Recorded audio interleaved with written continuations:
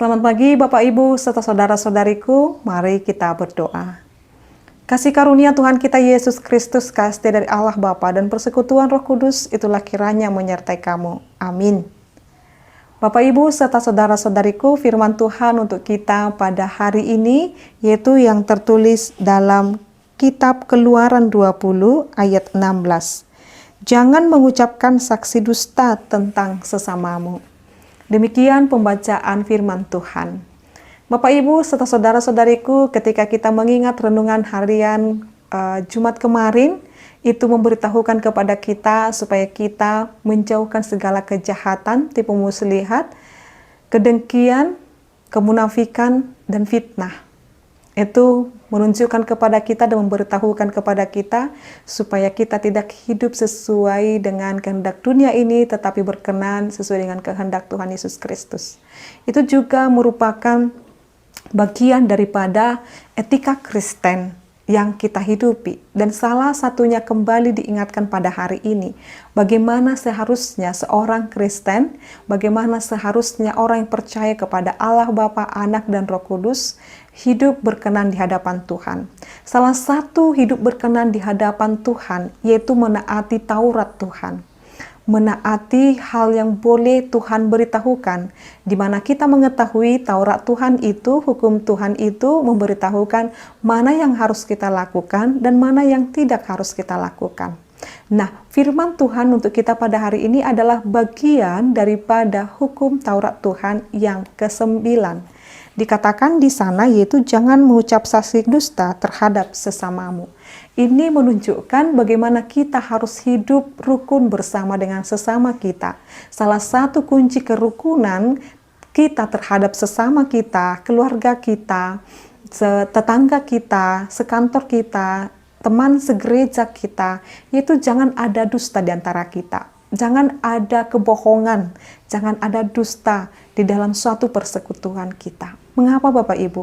Karena Tuhan tidak pernah berkenan kepada orang-orang yang bibirnya tidak berperkatakan perkataan yang baik, atau mulutnya tidak pernah mengatakan perkataan yang jujur. Tetapi Tuhan menginginkan kita selalu memperkatakan dari mulut kita ini adalah kebenaran. Karena Tuhan menginginkan kita hidup dalam kebenaran, bukan dalam kebohongan Bapak Ibu, atau bahkan tidak menjadi memperkatakan yang baik di dalam kehidupan kita. Jikalau kita mengingat Bapak Ibu, dan jikalau kita sudah menghafalkan dan mengingat apa arti daripada hukum ini, atau apa arti daripada firman ini yang disampaikan kepada kita, saya akan sekilas membacakan Bapak Ibu apa yang menjadi arti daripada hukum Taurat ke-9. Kita harus takut serta kasih kepada Allah. Ini selalu, kata-kata ini selalu didahului dalam setiap arti daripada titah Bapak Ibu. Tuhan mengingatkan kita melalui firman-Nya, melalui hukumnya ini, kita harus takut serta kasih kepada Allah. Itu yang harus pertama dilakukan oleh orang Kristen. Kasih dan takut kepada Allah. Sebab itu, jikalau kita sudah kasih dan taat kepada Allah, sebab itu janganlah kita mendustai, mengkhianati, memfitnah, maupun bersaksi palsu, serta merendahkan martabat sesama manusia.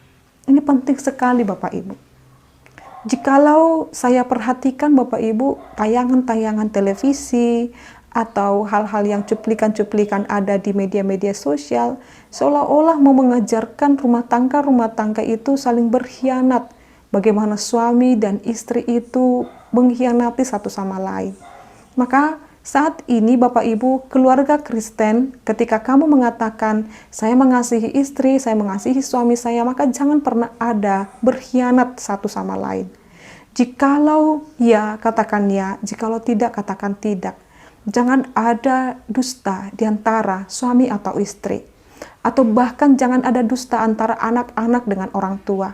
Atau jangan ada dusta juga di antara jemaat dan pendetanya.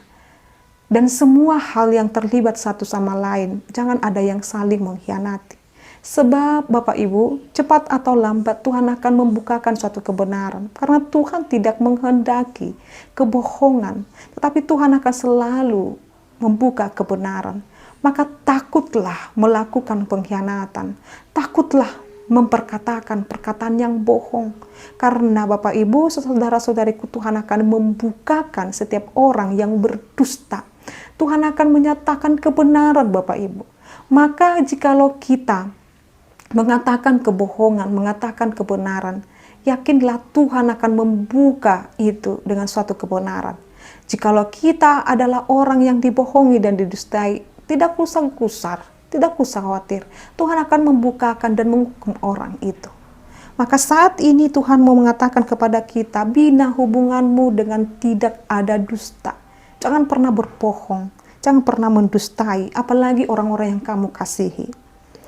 Kita harus saling melindungi dan menyatakan hal-hal yang baik saja mengenai manusia. Ini dia Bapak Ibu. Kita harus selalu melindungi dan menyatakan hal-hal yang baik saja mengenai sesama manusia apabila belum nyata dan jelas diketahui kesalahannya.